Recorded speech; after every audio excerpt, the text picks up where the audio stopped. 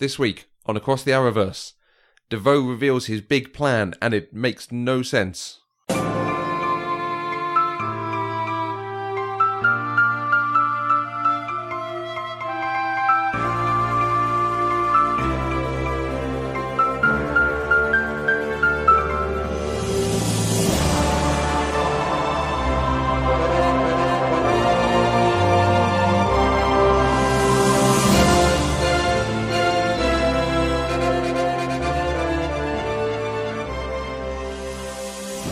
Hi everyone, welcome to the show. I'm Matthew Vose. And I'm Catherine Kay. This week we get to discuss the episode Supergirl of Two Minds, The Flash, Therefore She Is, and Arrow Shifting Allegiances. I think I've got a lot more to say about Flash. Okay. I've got least to say about Arrow. Okay. Really?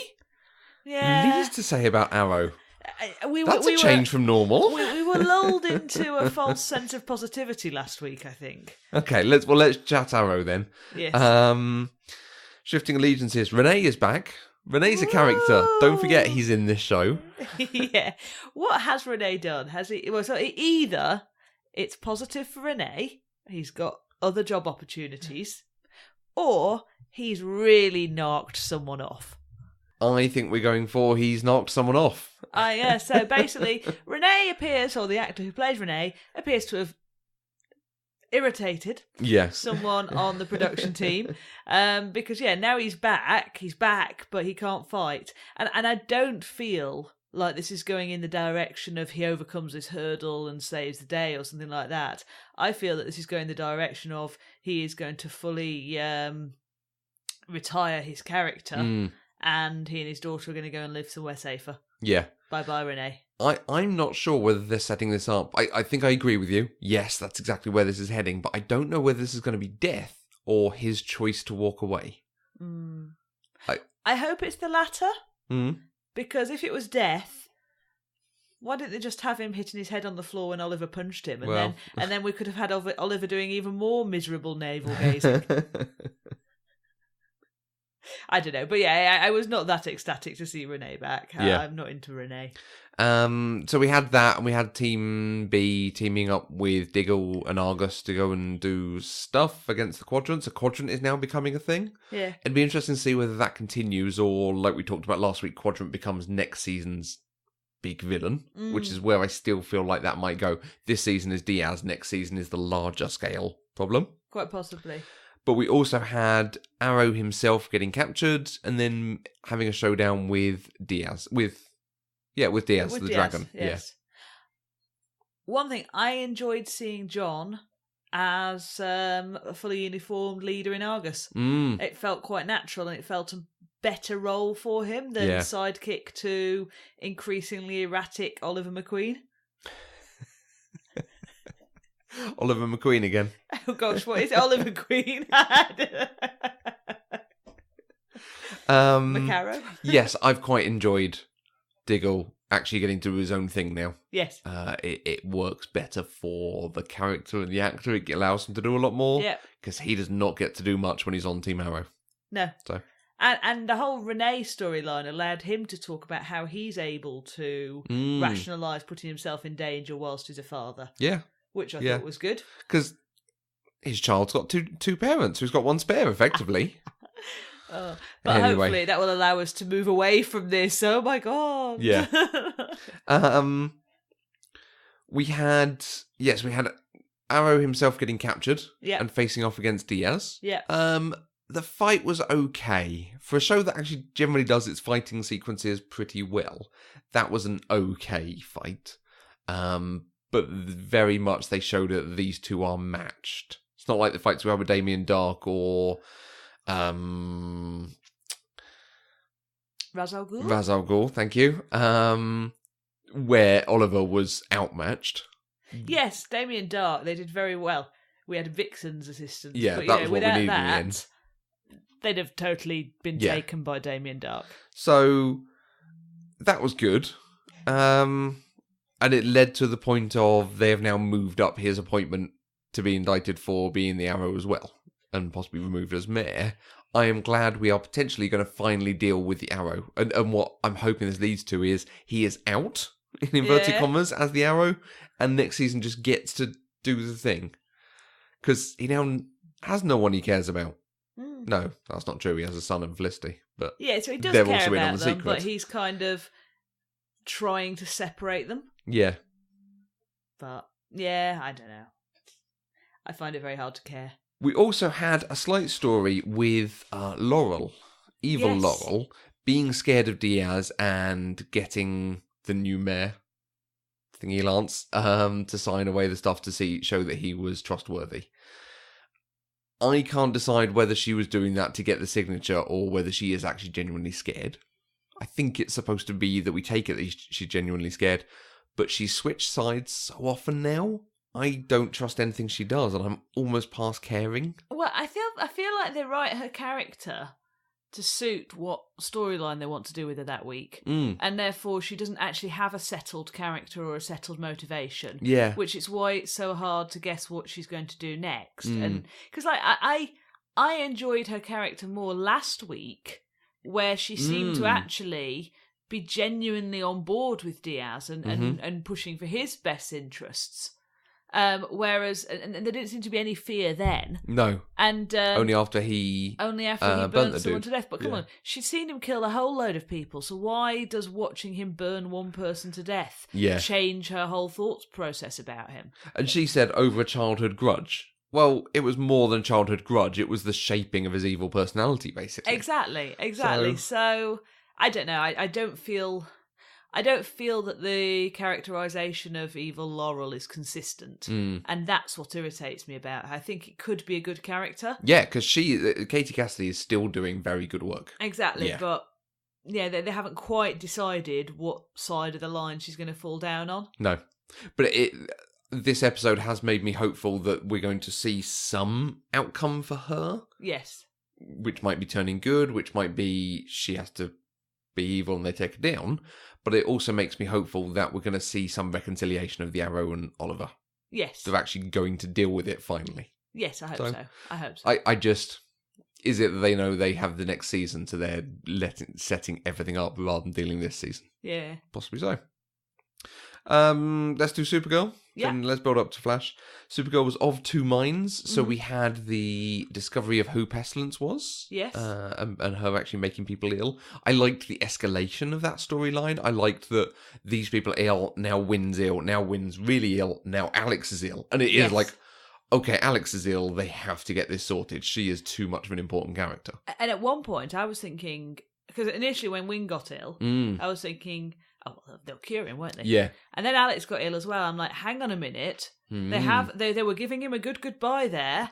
His crying sequence where he's really sad about the stuff he's not going to get to do, that is the sort of goodbye you got on this kind of show. Yeah, so I'm like, are we going to have a really sad moment of Wynn dying and then the sort of Fiero payoff of, and we found a cure and Alex is saved? Yeah.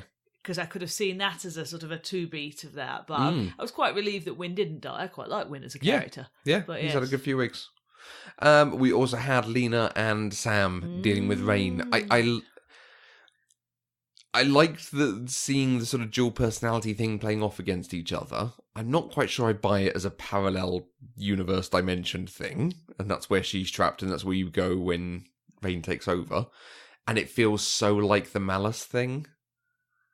Yeah. With going into Malice's domain, and it even looked like Malice's domain. So it's just, I feel like all four shows are doing some of the same kind of stories, and they don't quite coordinate well enough.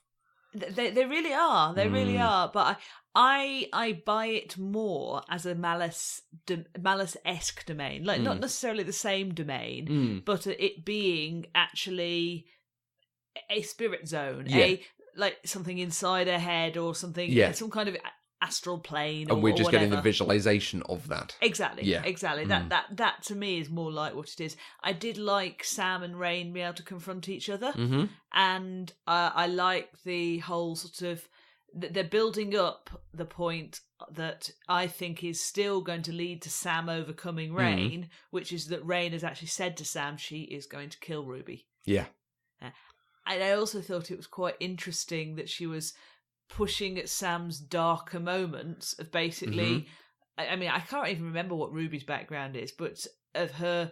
Essentially, what that the headcanon to me was, she got pregnant accidentally, and the future that she planned for herself couldn't happen because she was suddenly a single mother. Yeah. And like pushing at the darker feelings that may be there with that, even though she clearly adores her daughter. Yeah. I thought that was an interesting touch. Yeah, it had a vibe of the tigers come at night. Yes. That sort of feeling. Yeah. Yeah, nice.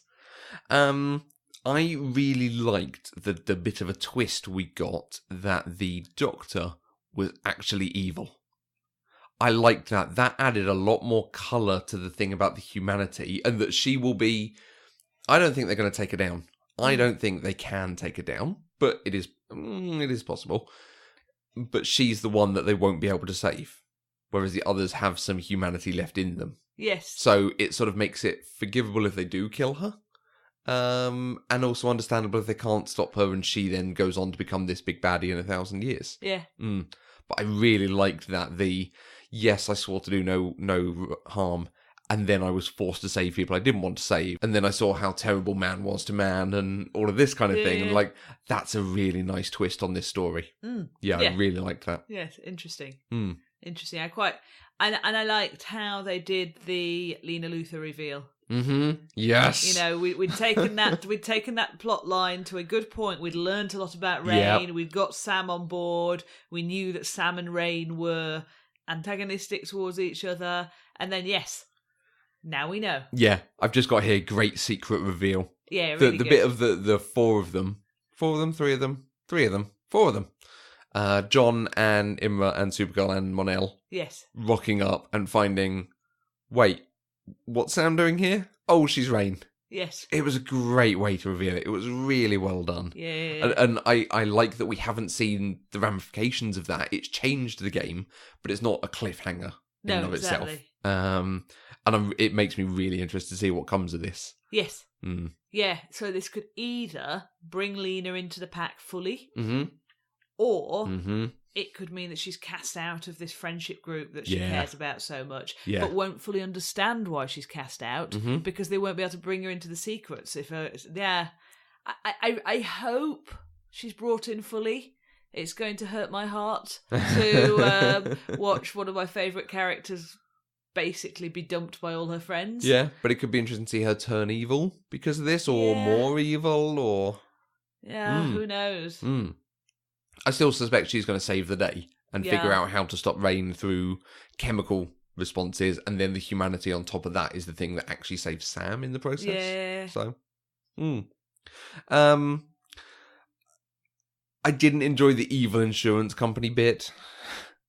It seemed a little bit... a little too easy. Yeah. Too easy a target. But what I do think is it probably is a storyline that rings home a lot more vibrantly to a US-based audience. True. You know, it's not something that really is something that we worry about too much in the UK. That's fair. And I also enjoyed Lena making promises at Sam that she's going to keep Ruby safe and she's going to save her and stop Rain and all of this. And I've just got a note of Lena making promises like she's the Arrow. Yeah, exactly.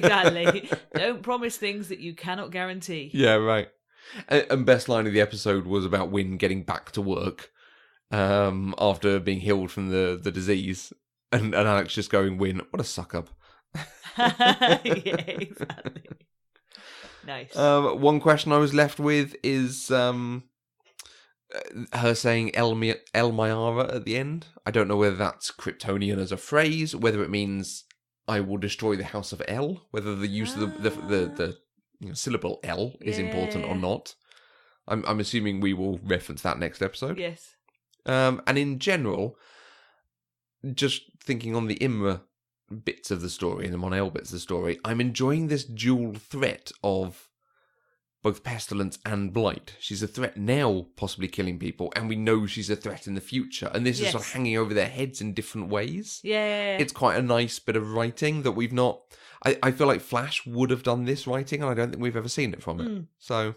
No, I like that. I do, but I like that Imra and Supergirl have kind of been through that split approach and are starting to come closer together now. Yeah.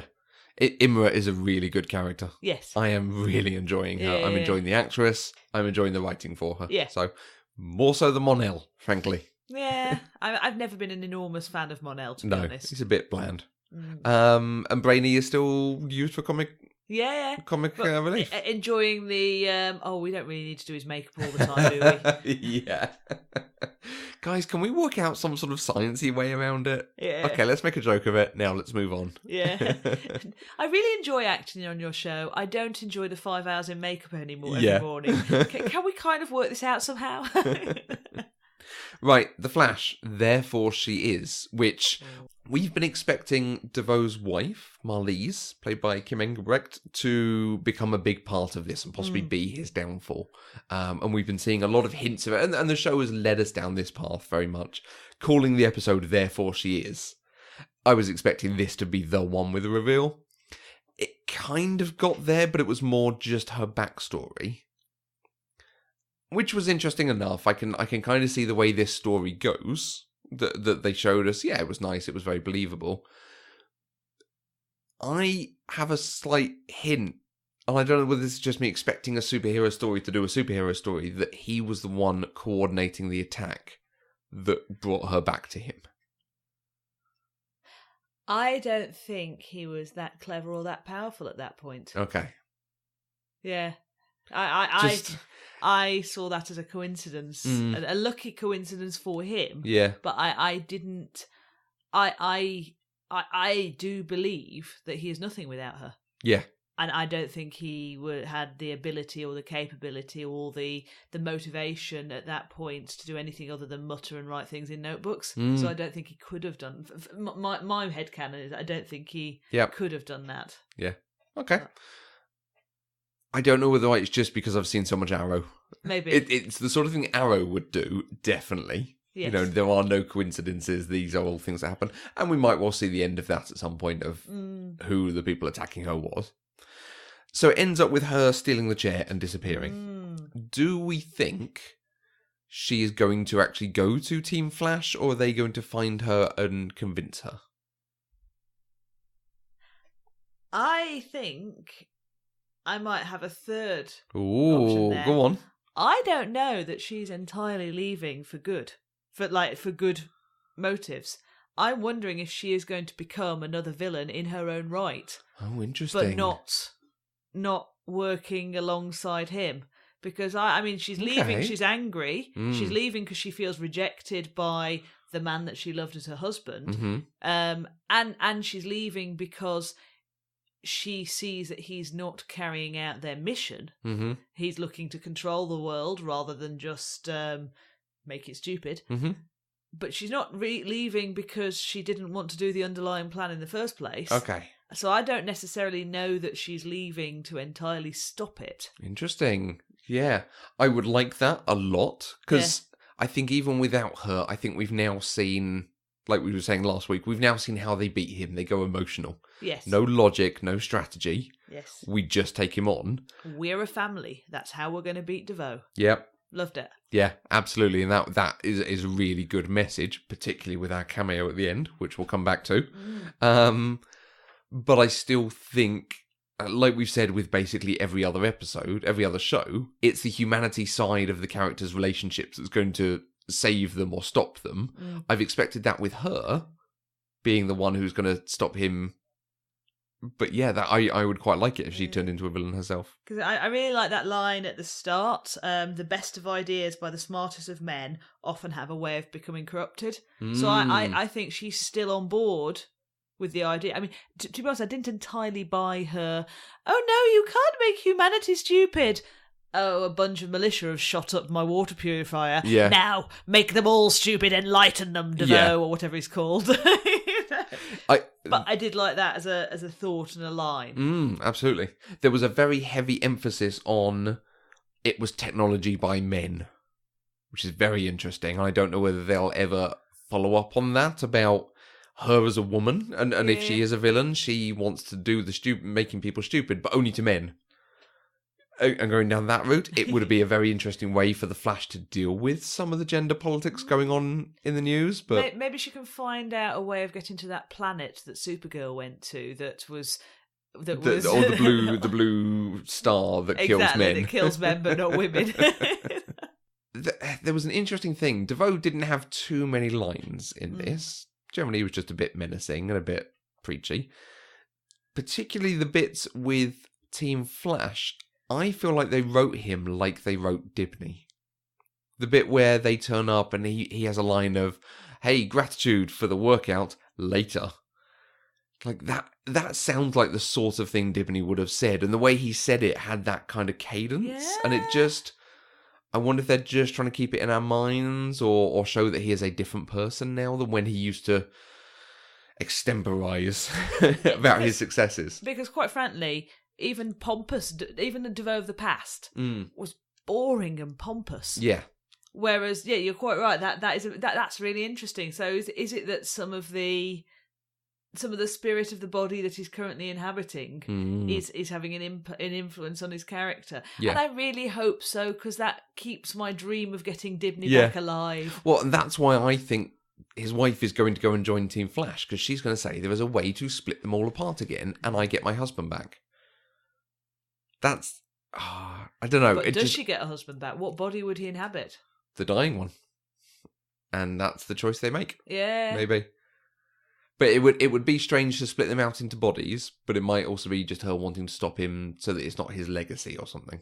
Yes. We'll see. Because she doesn't like whilst I can see, while she seems to be on board with the whole make them all idiots, she doesn't like watching the individual killing. No. And she doesn't necessarily want the killing. No. But she wants to take away some of their sentience. Yeah. Yeah, no, the more I think about it, the more I think the villain thing is an interesting way to go with her. I hope they do. It was most of the way through that I finally understood what the betterment was, because they just kept talking about it. I was like, I don't get it. And it is effectively they're going to lobotomize people. Yeah. Is what it seems to be. It's a betterment isn't perhaps not the right word. Enlightenment. Yeah, it's a bit silly, frankly. And I'm not sure I entirely buy it. Yeah. And I think they're supposed to be trying to demonstrate what it means by showing us what's going on with Harry. That's nice. Yeah, it's a nice idea. I'm not sure how well they're executing trying to show Harry getting more stupid. Okay. For me, anyway. Go on. Because he's not getting more stupid. He's not finding things as quickly, and he's not accessing his memories as quickly, but the underlying man, I don't think, is any more stupid. The IQ is there. The IQ is there. Just not the knowledge. It's just not the knowledge, and he's finding it harder to retain the ideas. But I don't know, I just don't necessarily buy this as a good execution of the theoretical degradation of his faculties. I don't think it's been going on long enough to really judge it for me. I feel like this will be okay if we get to next week and we see that degradation. Yeah. I tell you what, though, I was terrified at one point when they were like, "Oh, nanny, baby Cecile, you can look after Cecile," and he was trying to tart up her or finagle her mental inhibitor. Yeah, I was like, "Oh my lord, he's going to kill Cecile," or I was like, he's going to do something that's beyond his current mental capacity, and it's going to injure her. I was very relieved that what they did was find a way of allowing us to access Harry's ideas by having them put into Cecile's mind, and she could capture them before he could lose them. That was a nice way to go, and I didn't see it coming. With Cecile, I keep expecting her to be used against DeVoe, but we're not getting to that point. Yes. Whether we will or not, we'll see, but that was a nice thing to use her for. Yeah, and I don't like, in general, the story of mentally handicapped people doing damage to someone because they're given too much responsibility or they lack the faculty to understand. I find that a very hard story to watch. So I'm pleased they didn't go that way. Yeah. There was the continuing message actually between particularly Cecile and Harry that the intelligence, the IQ, is not the most important thing. And she even pointed to a heart, and she was like, there are other qualities that make it important. So I think we are really trying to hammer this message, like you say, about the family and about trusting each other. So I'm hoping they go that route. It will be really it will make it a really interesting show if it leans into its heart more. Yes, because he was all like, I've written down, who will I be without my powers? I don't know if he actually said that, but he was like, who will I be without my super brain, or something, which I see as his superpower. Yeah. And she was like, well, you'll still be you. Yeah. I really like that. We also had Gypsy back to deal with the Gypsy and Cisco story. And they appear to have split up and he's not taking the job, which is a shame. I was actually hoping that might be the way they go, because that would have been an interesting thing. I feel like some of our secondary characters having ongoing relationship stories distracts from what could be stronger A-plots. So the whole Gypsy thing has been largely we can ignore it, and it's been okay, and now it comes back in, I just want them to wrap it up. I didn't care what the wrapping up was.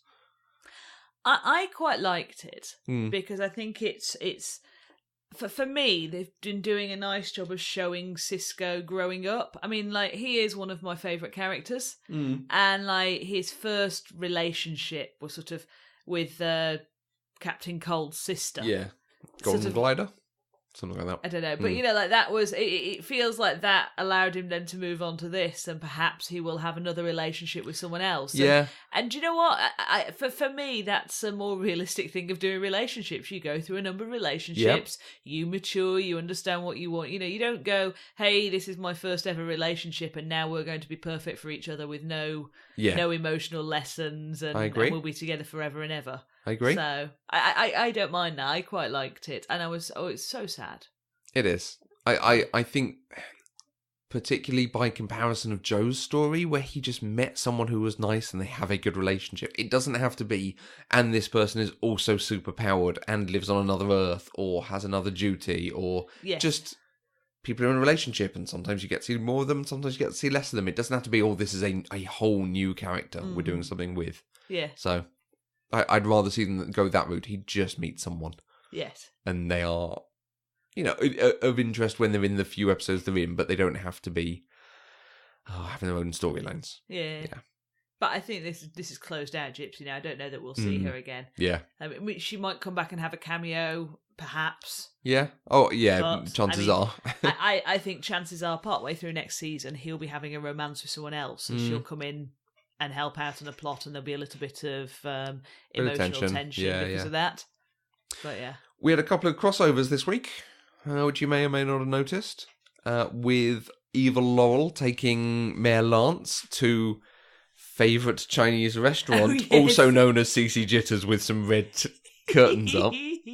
And we had I can't even remember what it was called, the Bureau for Breaching. Yes. Whatever it was, that is also the Central City Police Station. Oh, I didn't notice that one. I definitely noticed Chinese coffee shop. Yeah. In the Flash, the Bureau had, where they've got that Justice League sort of wall freeze. Yes, it had Breacher, and it had a breach this or something phrase against it, but it was the same set. Yeah. Nice. I like it. I'll take it. I say it's come on, it's a superhero show. Yeah. We can suspend disbelief enough to allow them to use the same sets. Yeah. But we ended up with another visit from our mysterious person. Yeah. Dropping off a diaper bag for the Wests at their party, making reference about time. Time is too short. You don't get enough time with people. Hey, you don't get much time with people. Spend good time with the people you like and as a family. Lots of comments about time and family in there. And then she zooms away as a speedster when Iris comes over. Because the speedster thing is confusing. Okay, go on. Because I was thinking, okay, so I think she's Joe and Cecile's baby. Right.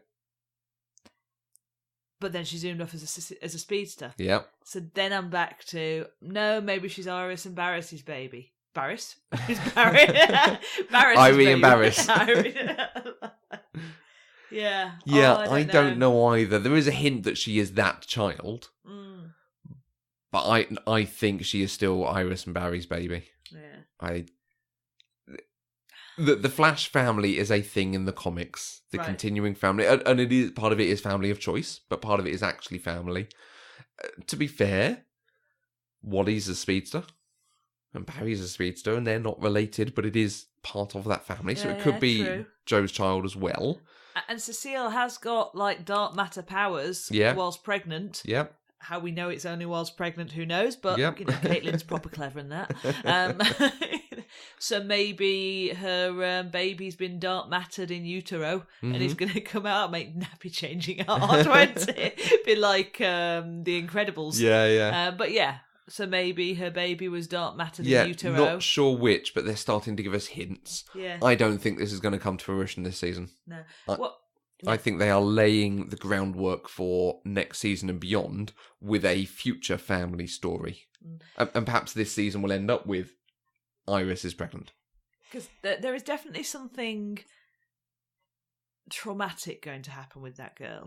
Because the way she's like constantly wants to be there and seeing them, but every time she turns away, she looks either sinister or sad. Yeah, so that was the other thing. I can't decide whether she had a look of, I've got to get out of here before Iris comes over, when Iris comes over, or she had a look of, oh God, it's Iris again. Which, if it was, oh God, it's Iris again, it would make me think it's the sister, effectively, Joe and Cecile's baby. But it could also be just, she might recognise me because I've seen her elsewhere. And interesting to find out. I'm enjoying this sort of setup. Yes. This is interesting. We like the long game. Yeah. So that wraps us up for another week. If you have thoughts, questions, or comments, you can use the hashtag ATAV on Twitter, or you can find us on Twitter, Facebook, and Instagram as Eloquent Gushing. If you want to help support us, please check out our Patreon page where you can get access to exclusive content across all our shows. Go to patreon.com/eloquentgushing, and don't forget to visit the homepage, eloquentgushing.com, where you can find the other shows across the network and subscribe to our weekly newsletter with all the goings on. Thanks for listening, and we'll see you across the Arrowverse.